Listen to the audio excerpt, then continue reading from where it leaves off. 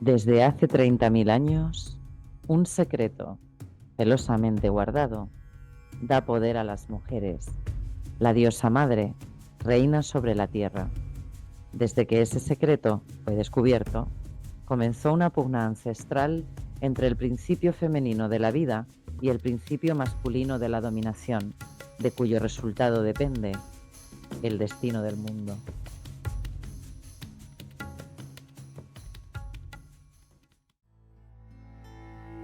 Soy Marian Galán y quiero contaros la evolución del culto al sagrado femenino en la historia para entender un poco mejor el papel de las mujeres en la actualidad y cómo podríamos devolver a la diosa su lugar para recuperar el equilibrio y restaurar la paz. ¿Quieres conocer el secreto de la diosa?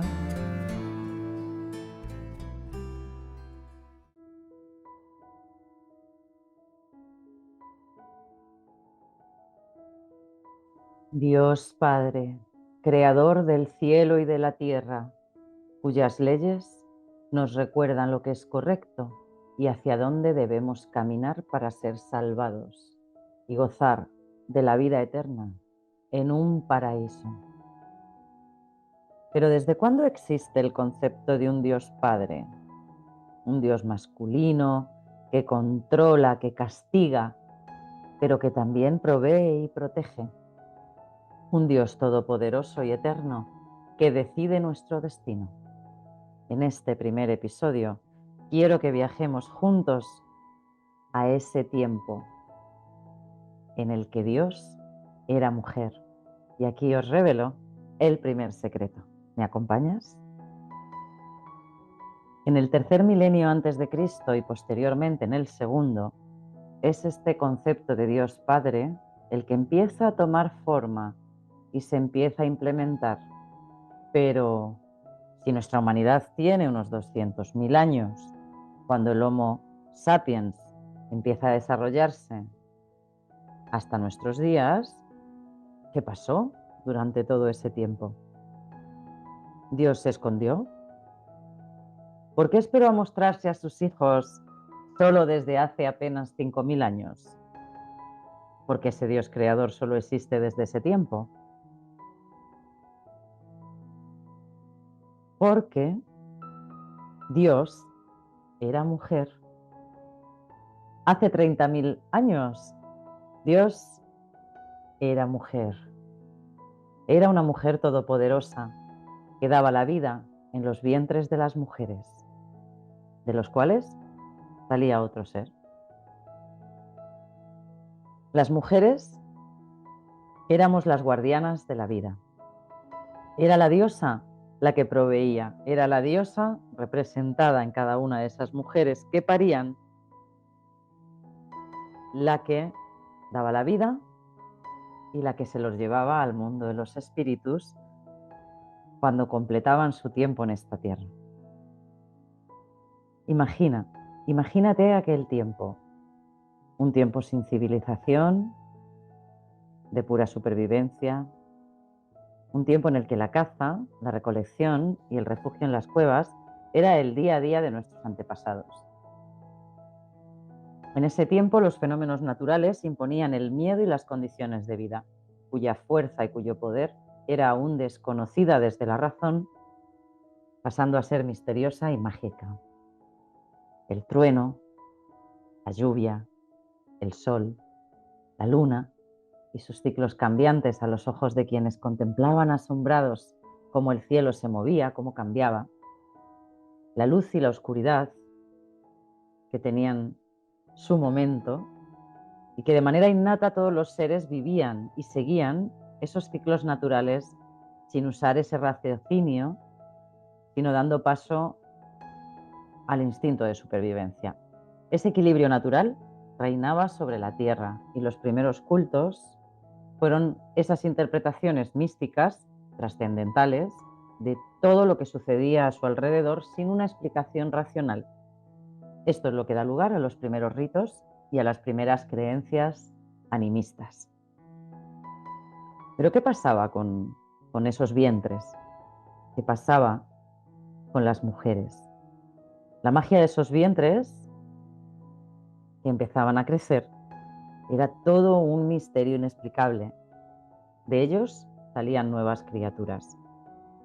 En aquel tiempo, el gran misterio de cómo se generaba la vida se hacía visible a través del acontecimiento del parto, a través de la sangre, a través de los cuerpos de las mujeres, del milagro de la vida,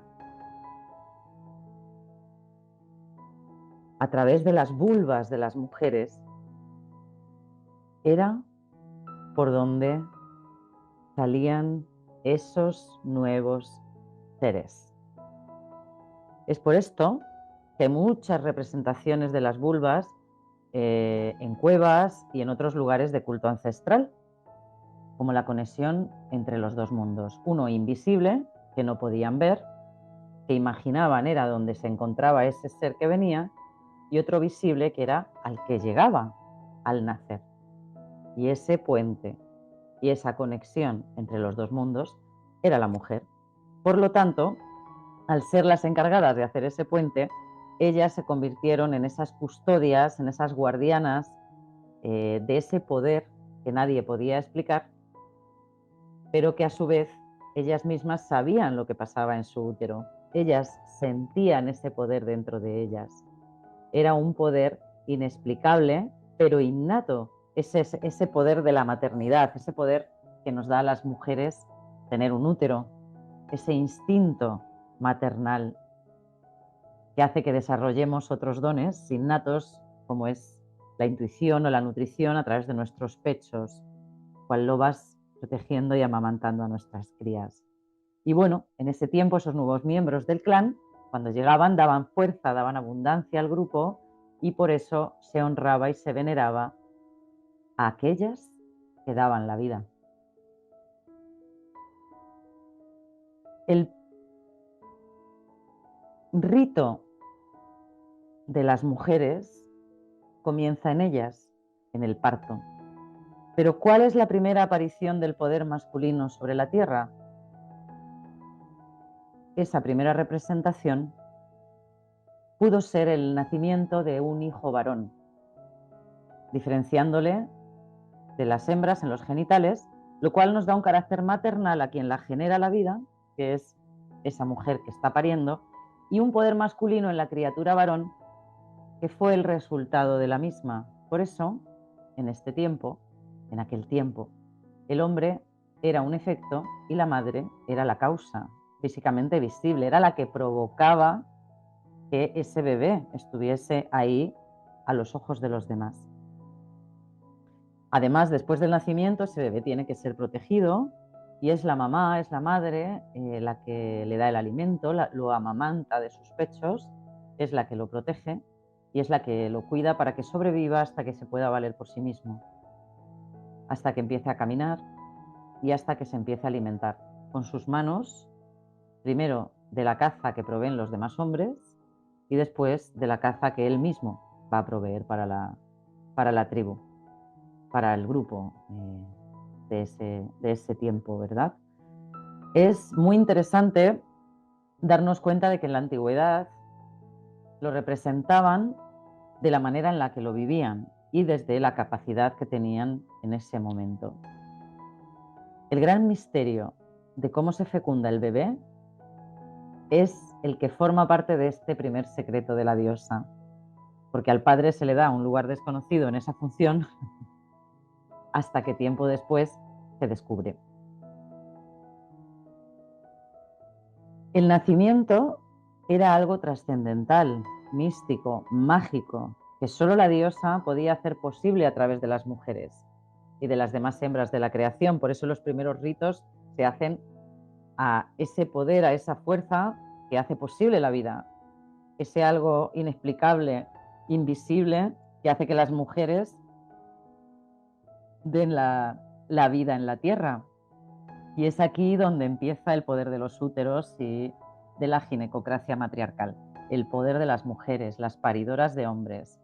Y estos, los cazadores que a cambio alimentan a las madres y a sus crías. Por lo tanto, aquí es donde nace el culto a la diosa, en el nacimiento, en esa visión, esa evidencia de que las que traían la vida a la tierra eran las mujeres. La primera representación mágica de esto es una estatuilla que es normal que esté representada en el cuerpo de una mujer, ¿verdad? Son las llamadas Venus, seguro que todos habéis identificado, conocéis, que son estas figuritas pequeñas que tienen las caderas anchas, los pechos muy grandes, las vulvas abultadas, las caras sin expresión, dando más relevancia a estos elementos que dan la vida, ¿no? Y que nutren la vida. Y la más antigua de todas es paleolítica y pertenece al periodo gravetiense. Tiene nada más y nada menos que unos 35.000 años. Y después se fueron haciendo algunas más que han ido apareciendo. Y bueno, la imagen más famosa que todos relacionamos con las Venus es la que yo he puesto hoy en mi portada, que es la Venus de Willendorf, que seguramente que todos reconocéis de una o de otra manera, ¿verdad? He querido poner esta Venus para que veáis que el estereotipo de belleza y de culto antiguo era muy diferente al que tenemos ahora como belleza femenina, ¿verdad? Y bueno, pues sobre todo lo que quiero también resaltar es que cuando la supervivencia era mucho más importante que la estética o que el estatus, el orden natural era el que imperaba. Ordenaba la vida, el desarrollo de los seres vivos, y yo realmente creo que ese era el verdadero paraíso terrenal. Agua limpia, abundante, cristalina, recursos ilimitados, naturaleza salvaje y exuberante, y las leyes de los hombres civilizados y de las mujeres no existían. La madre tierra seguía sus ciclos sin los humanos y proveía a sus hijos e hijas, humanos y animales, de todo lo que necesitaban. Es evidente que podía sobrevivir sin nosotros. El ciclo y la rueda de la vida nos hacía a todos interdependientes. Por eso se veneraba a la naturaleza como algo grandioso, superior a nosotros. Por eso se veneraba a esos elementos que no se podían explicar, a esos truenos, a esos relámpagos, a esas lluvias, a esos fenómenos meteorológicos que nadie sabía de dónde venían, como un poder sobrenatural sobre los humanos. Por eso se consideraba lo que no era conocido como algo mucho más poderoso, como algo totalmente divino y trascendental. El hombre pasaba a un segundo plano, dándole un lugar poderoso, místico y mágico a todo eso que no se podía dar explicación. El ciclo y la rueda de la vida nos hacía a todos interdependientes, y eso ha llegado hasta nuestros días. Si nos paramos a pensar en la filosofía, en la cosmovisión de muchos pueblos originarios, mal llamados indígenas, ellos todavía conservan, muchos de ellos, esa sacralidad, ese culto a la madre tierra, que la llaman madre, porque siguen manteniendo esa interrelación, esa interdependencia, siguen considerándonos como parte de esa cadena, de ese ciclo, de esa rueda interminable que nos conecta a todos los seres. De esa misma manera, los pueblos de la antigüedad mantenían todavía esa creencia hasta que se empiezan a implementar las religiones monoteístas, el pensamiento racional y la civilización que ha llegado hasta nuestros días.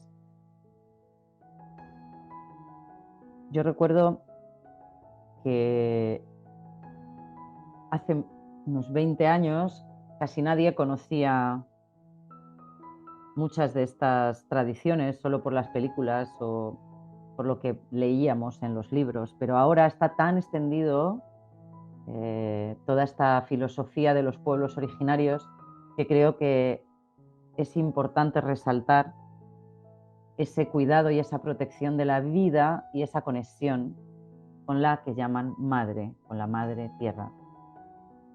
Los Lakota, el pueblo Lakota, un pueblo con el que yo estoy relacionada muy de cerca, le llaman Inamakha, madre tierra, pero también hay una Unchimakha, que es la abuela tierra. Una es la que se ve, es la que nos provee, es la madre sobre la que vivimos, la materia, la que nos da el alimento, y la otra, que es la Unchi, la abuela, es la que no vemos, es la que da la vida. Y así podemos irnos también a la Pachamama. La Pachamama, por todos conocida por los pueblos andinos, que es la que nos provee, ¿verdad? Es la madre tierra.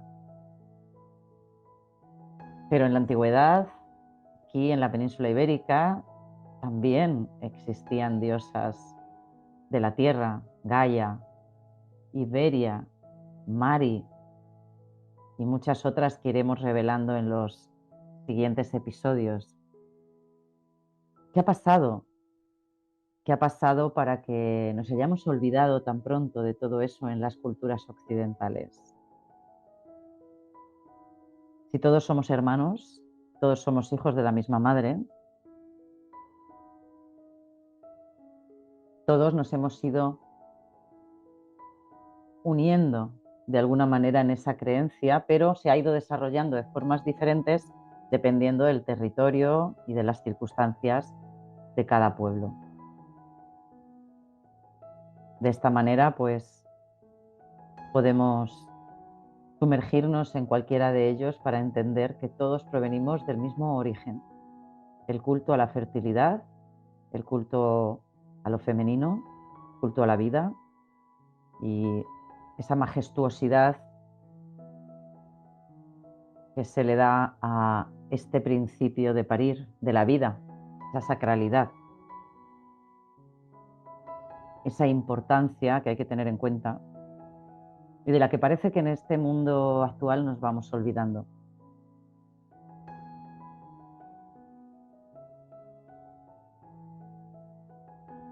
Hace 30.000 años, Dios era mujer, era sagrada, era la que proveía la caza, pues eran las hembras las que parían esos animales que luego eran cazados. Gracias a ellas había abundancia y es así como el primer pensamiento mágico y las primeras representaciones se plasman en cuerpos de mujeres, cuyo parto no sería posible sin la semilla masculina, en complemento, en total equilibrio. Un principio no se da sin el otro. El principio masculino impulsa la vida, da para que el principio femenino reciba, contenga, favorezca la creación y la guarde dentro. Así como la tierra guarda las semillas, las mujeres en sus vientres fecundan y guardan esos 9 meses de embarazo para que ese bebé nazca sano y salvo. Hasta ese momento, también la tierra guarda las semillas para que germinen, para que florezcan. Toda la vida se sustenta en los dos principios, femenino y masculino. Es por eso que un padre y una madre son necesarios para dar la vida, ¿verdad? Pero de la forma en la que ellos se complementen, depende el futuro y el destino de esa criatura. Además del entorno que les rodea, son la clave para su desarrollo. Este equilibrio entre ambos va a favorecer el bienestar y la buena salud de los grupos humanos. Por lo tanto, el secreto de una buena coexistencia es una buena complementación entre el principio femenino y el principio masculino. Respeto, equilibrio, darnos la mano, ¿verdad? Conceptos que suenan muy bonitos y que nos ponen por delante un gran reto, ¿verdad? Creo que es importante que podamos conseguirlo, que podamos llegar a esa verdadera igualdad de la complementariedad de ambos. El Dios conceptual, ese Dios todopoderoso, actual, es de reciente creación, como os he comentado antes, frente a la diosa madre, la madre de los ciclos naturales, la diosa generadora de la vida. Si comparamos ambos, nos revelan la existencia de la diosa y el culto a lo femenino mucho antes que el culto masculino. De la misma manera, todos los elementos fálicos que aparecen son posteriores a todos esos elementos de la llamada ginecocracia o poder femenino, que nos desvelan de nuevo que el culto a lo femenino era anterior. Pero ¿qué pasó? ¿Qué pasó para que todo cambiase y ahora sea un Dios Padre, masculino, todopoderoso, el que gobierna sobre el mundo conocido? ¿Qué ha pasado para que se modelase un mundo a su imagen y semejanza, partiendo de sus intereses o de los intereses de quien escribía esos libros, esas leyes de los hombres, esas leyes de Dios? ¿Y qué pasó para que se castigase y se persiguiese a los infieles que osaban contradecir esos principios masculinos omnipotentes? ¿Qué es lo que realmente pasó para que las mujeres y su culto desaparecieran o fuesen relegadas a un segundo plano? ¿Qué pasó para que no nos contasen algunos secretos? ¿Qué pasó para que no nos revelasen la existencia de las diosas, de muchas de ellas? ¿Por qué nuestro mundo vive sumido en el caos y en un destino incierto? ¿Por qué somos huérfanos espiritualmente de la diosa madre en muchas de las culturas occidentales? Eso, mis queridos oyentes, os lo contaré más adelante. Es otro de los secretos que quiero iros desvelando en los siguientes episodios. ¿Queréis saber más sobre el secreto de la diosa?